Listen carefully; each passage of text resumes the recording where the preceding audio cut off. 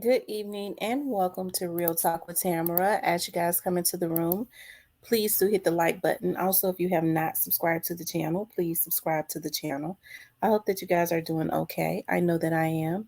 I always express the importance of hitting the like button because the like button helps to keep the video in the algorithm, okay? So, like, share, subscribe, comment, all of those great things, okay?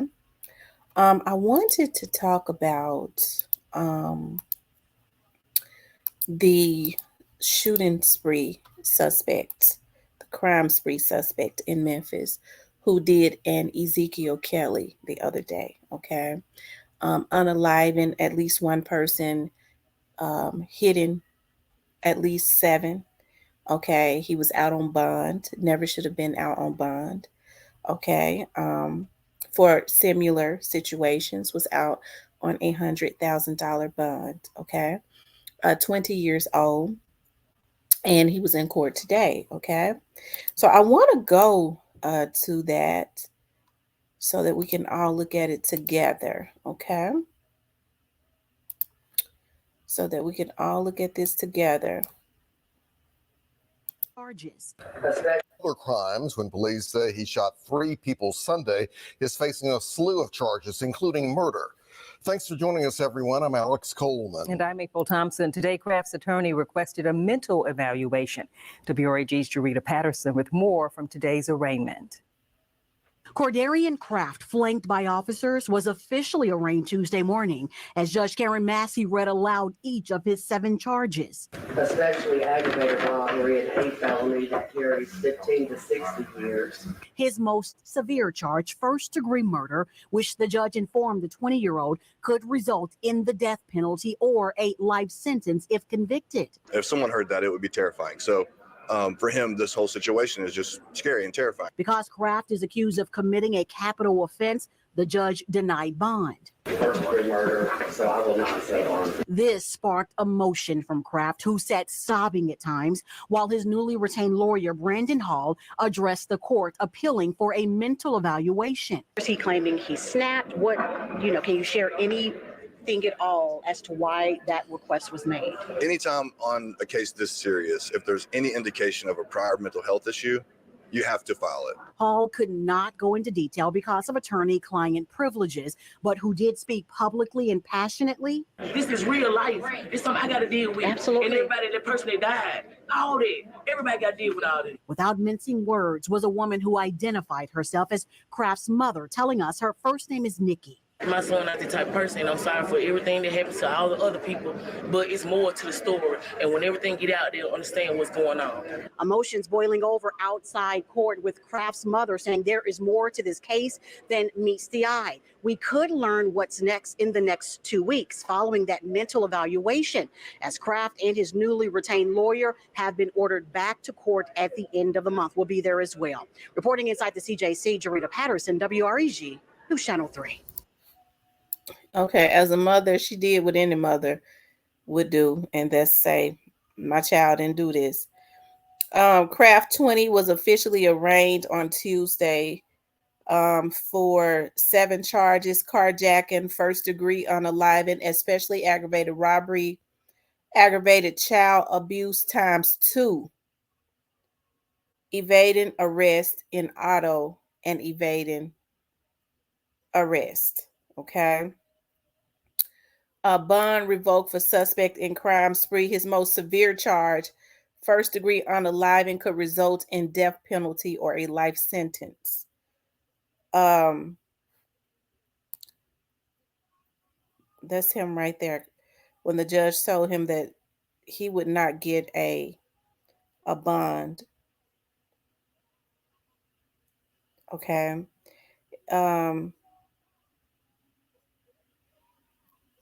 Let's go. Y'all hear me listening to like my music. That song came on. It's real on the background, hypnotized. It did something to my soul. So y'all know I love the oldies but goodies, okay? I just had to say that because when I heard it, I don't know, it just made me feel good. But yeah, this is a sad thing. What I did was I pulled his history, right? I went and I pulled his previous history, and he's from out of South Memphis. Yeah, he's from out of South Memphis, from around the, let me see, closer to the downtown area. Hold on.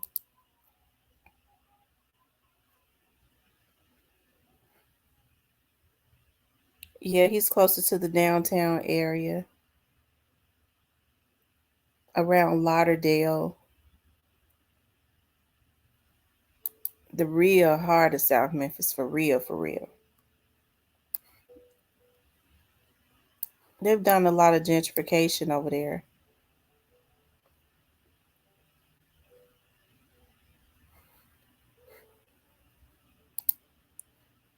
Hold on.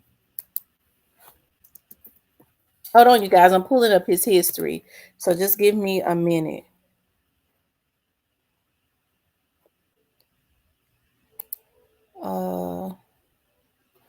Well, they haven't done any gentrification where he live at. Oh my God. That's the heart of South Memphis, for real. Jesus Christ. Woo! Lord have mercy. It ought to be a shame for some people to live in living conditions that they do, with all of the money that comes into the city of Memphis. But he's from the heart. I mean, according to his address, if that's still his address.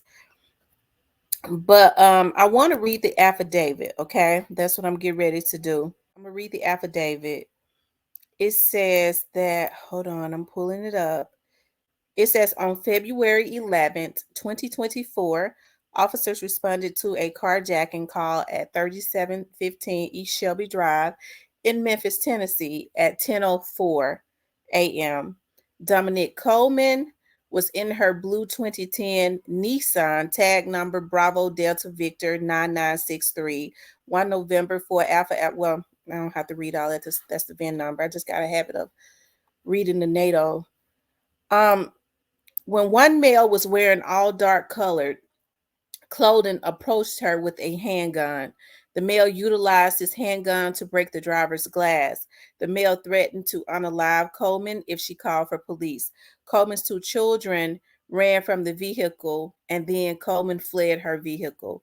The male then stole Coleman's vehicle and left East Shelby Drive. A short time afterwards, officers responded to shooting call at 3834 East Shelby Drive, Dr. Zaza's Smoke and Vape Shop in Memphis, Tennessee. Upon arrival, officers located a male tentatively identified as Yahya Perez inside with what appeared to be gunshot injuries, and multiple bullet casings were located near him. Yahya was pronounced unalived on the scene. Video was recovered from the business. It showed that a male arrived at the store in a blue Nissan Maxima. He was wearing a black ski mask, black hooded sweatshirt, red gloves, green pants, and purple shoes. The male produced a tan pistol and popped the victim several times. He took an AK-47 style firearm from behind the counter and tobacco related merchandise from the business before he fled in the blue Nissan Maxima. The video revealed tag number Bravo Delta Victor 9963. A short time later, officers found the blue Nissan Maxima abandoned at 2765 Perkins. The investigation revealed that suspect had changed vehicles and was driving a silver 2010 Nissan Altima. Okay. Hold on, I lost that.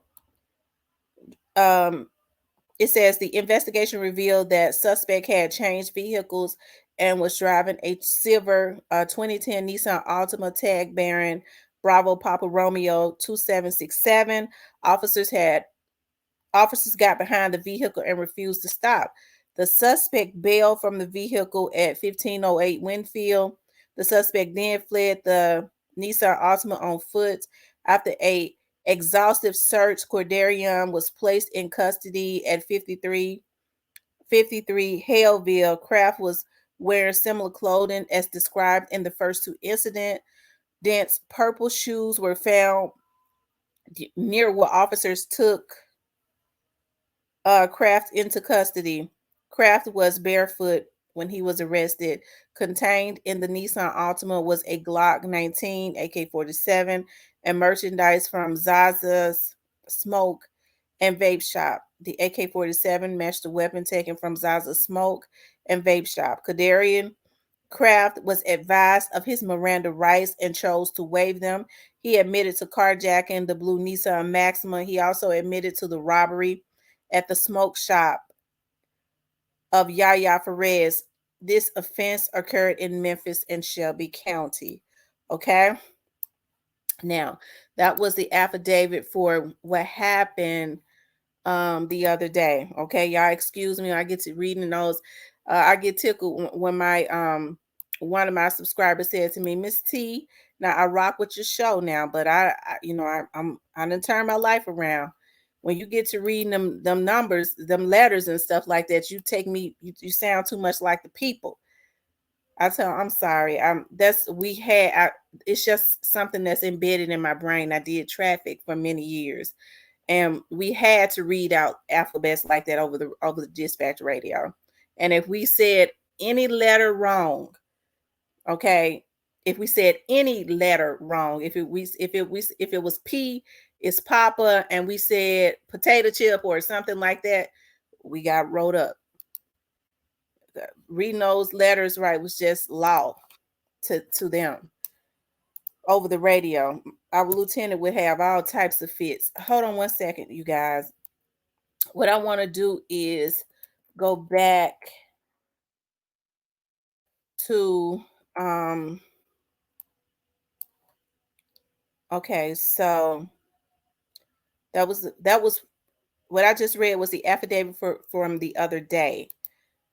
Let's see. He had a case that was already held to state. He still got an open case on possession of burglary tools, theft of property, 2,500 to 10,000, a felony D.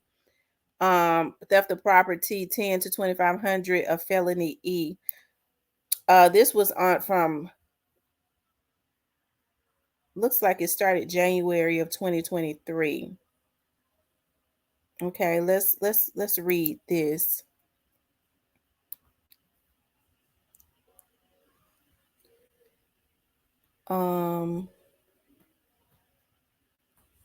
He liked Nissans, theft of property, 25 to 10,000, to wit an auto, theft of property, 10 to 25, to wit a firearm, burglary tools, vehicle programmer. So he had a vehicles programmer, whereas he could break into people's cars. Okay. So that's what he was caught with when they say burglary tools. He had a vehicles programmer.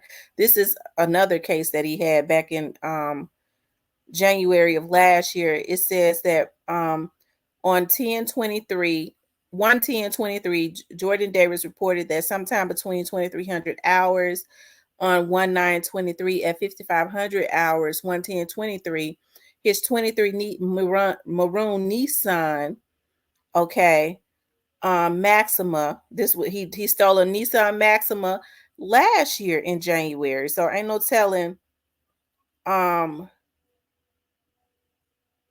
There's no telling where who he's stealing these cars and stuff for. Whoever it is, they like Nissans, Maximas. Okay. It was a maroon one, and it goes on to the VIN number.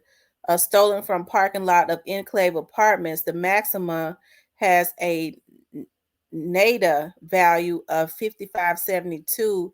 Inside the Maxima at the time it was stolen was a Springfield Armory XD 9mm pistol. It goes on to say the serial number around 11:30 hours.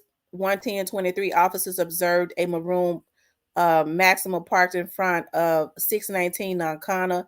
The homeowner advised that the vehicle belonged to her daughter's boyfriend. With homeowner's permission, officers entered the residence and located Cordarion Kraft. Kraft was in a possession of a backpack that contained Jordan a Davis Springfield Armory pistol, infinity key fob that officers used to unlock and start the Nissan Maxima, and a vehicle programmer. Kraft waived his rights to legal counsel and gave investigators a statement. So he gives statements. Okay. Now that was from last year in January. I think he has some more stuff going on. Let's see what else that he's had going on, because I think he was out on, he was indicted on something else. Okay. It says evading arrest,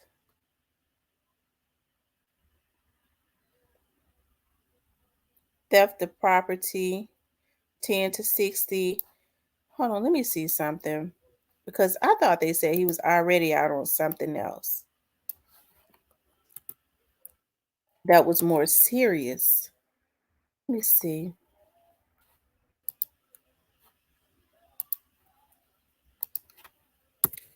Hold on, y'all. Give me just a moment to see something.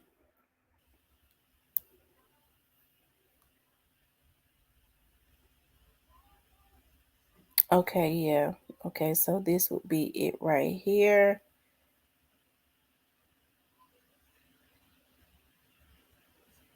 I think this is it.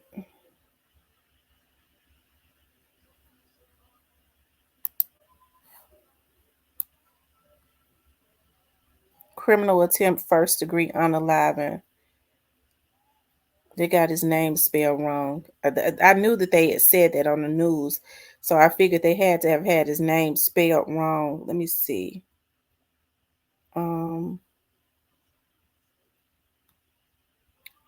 Let me make sure this is him first.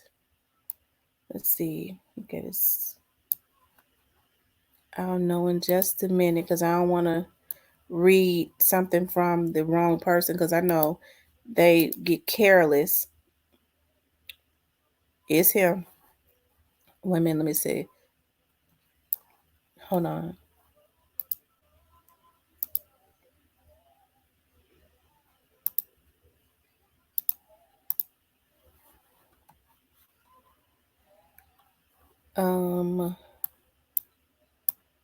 Just give me 1 second, because I don't want to read this if it's not him. I'm trying to match up some stuff.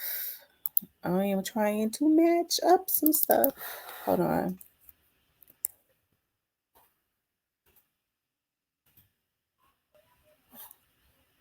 Give me just a second, you guys. I be hating to have y'all waiting. I really do. But I just got to make sure this is him.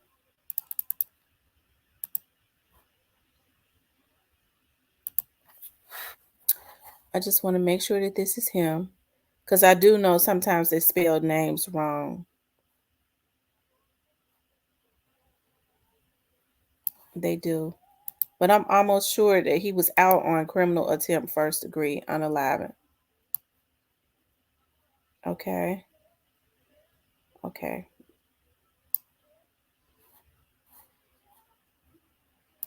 This is it right here. Felony arrest disposed. So they spelled his name wrong. He's got a real extensive history. Okay, criminal. Okay, let's see. Okay, so back in 11. Let's see what his date of birth is. Okay, see, I would have been reading the wrong thing, but I got the right thing right here. They still spelled his name wrong. Okay, so back in November of 2023, he was arrested for criminal attempt, first degree unalive, criminal attempt, especially aggravated robbery, employing a firearm, 2-wit felony, 2 counts of that, right? The case was disposed. He had a $99,999 bond, right? And it was disposed. His final disposition, they disposed it on 2/9/24 of this year. Judge Renfro, who ran for judge forever, never won, but just won, and now she's letting folks out. She was an attorney forever. Okay. Let me read the affidavit. It says on 11/10/23, Memphis police responded to a shooting at the 900 block of Saxon. Police officers observed victims Kay Hayes suffering from several gunshot wounds. Hayes was transported to Regional 1 and listed in critical condition. Due to his injuries, investigators could not speak to him for several days. On 11/16/2023, Sergeant O'Brien made the scene at Regional 1 and took a victim statement from Hayes. In his statement, he advised that his friend that goes by AOB Bob God robbed him and shot him. Okay, so he's an AOB member, this young man. AOB Bob God. Okay. Hayes advised that the suspect was going to buy some shoes from him, and when he went to get the shoes from his trunk, the suspect shot him. Hayes advised that the suspect was named armed with a Glock handgun during the incident. Victim Hayes advised that he was shot. The suspect fled before any property was taken. Cordarian Craft was developed as a suspect, and a photo lineup was created 11/17/23. Sergeant O'Brien returned to Regional 1 and showed Hayes the lineup. Hayes positively identified Cordarian Craft. Okay. So why his case was disposed, I don't know. He was not even supposed to be out on bond. The only thing I can see, maybe the young man did not show up for court. Okay.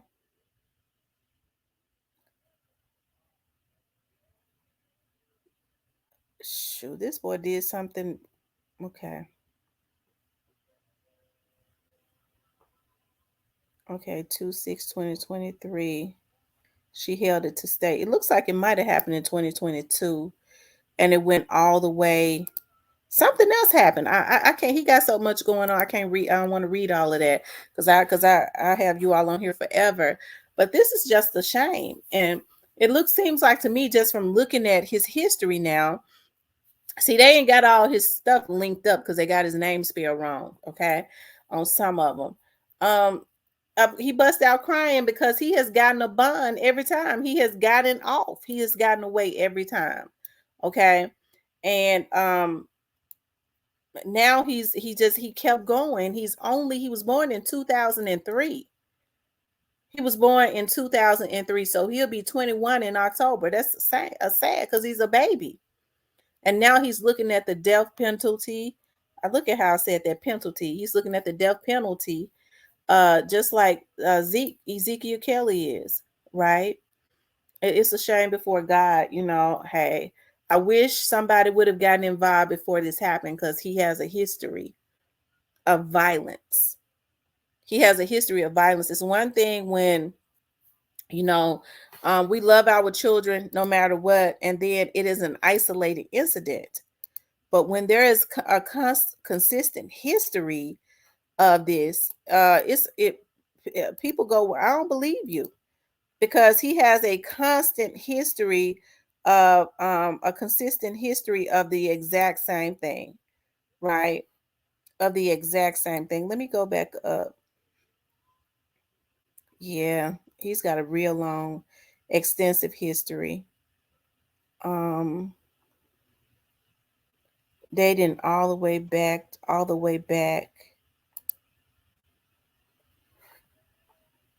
Hold on, y'all.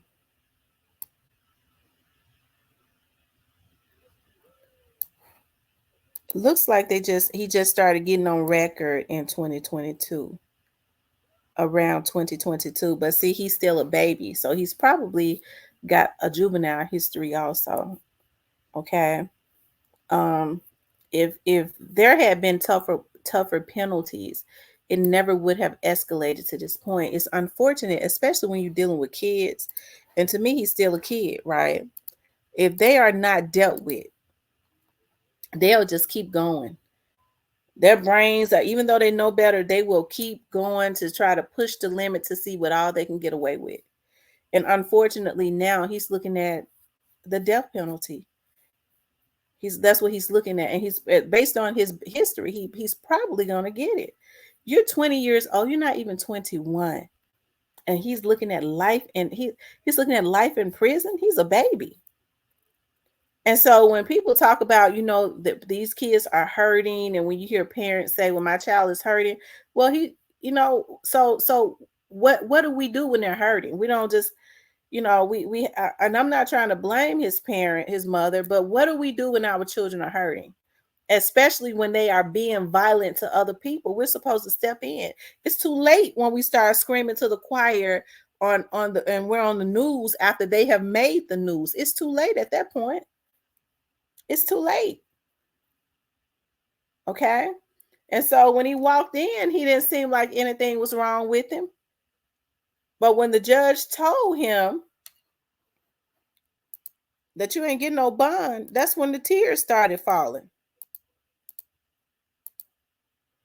Because at this point now he understands that there's going to be some consequence. And let you all look when he first walked in. When he first walked in. Other crimes when police say he shot 3 people Sunday. Okay, when he first walked in.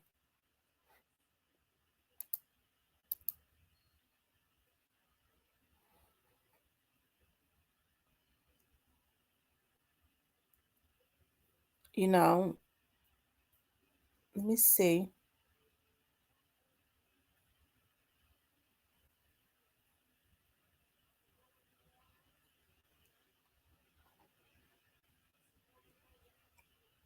Like I said, he is still a child. And those tears didn't start falling until he realized that he was going to have to deal with the consequences of what he did. Okay? Until he realized he was not going to get a bond to get out and do anything else. Hey, like I said, he's 20 years old. And listen, he just turned 20 in October. So he's basically still a baby. So I ain't go too hard on him, but he ruined lives, and there has to be consequences for that.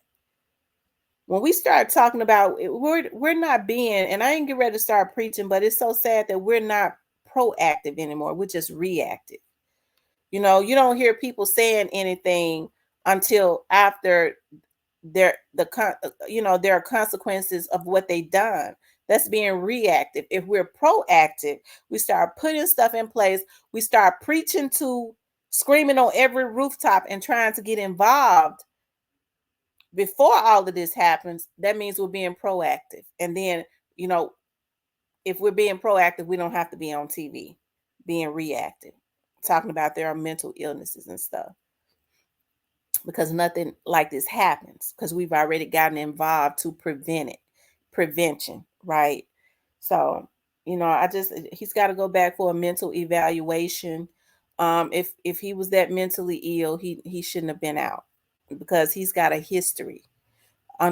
Juvenile charges and histories don't show up in these systems and stuff, but I'm sure he has one. Okay. And so before people say anything about his mother did what mothers do.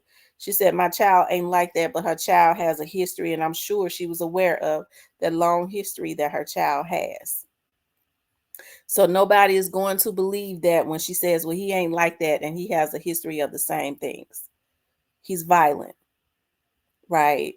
And so it's unfortunate that so many of these young men, I'm sure it's something that made him violent, where he's a product of his environment, or a product of his inside environment, which will be his household, or his outside environment, which will be his neighborhood, right? Either way, it's sad, right? He should have been getting help before now, before lives were ruined. Okay. Before lives were ruined. Okay. But anyways, you guys, I just I wanted to talk about that. You know, I hate all of this that's happened, you know, because like I said, he's still a child. He is. He's still a child. And it is unfortunate because just like Zeke Kelly, I didn't want to see Zeke Kelly get the death penalty. I don't want to see this child get the death penalty either. And I think he's quite a bit younger than Zeke Kelly. So if we know that these young men have mental illnesses and anger issues, and they have a history of doing what he did, it's time to step in. Because when you go on a crime spree, okay, and even still, I feel something as it relates to him because he is still a child. But somebody should have stepped in before now because he's still a baby. He's still a child, okay? But anyways, I want you guys to please like, share, and subscribe. If you would like to support the channel, you could definitely support the channel via Cash App, okay?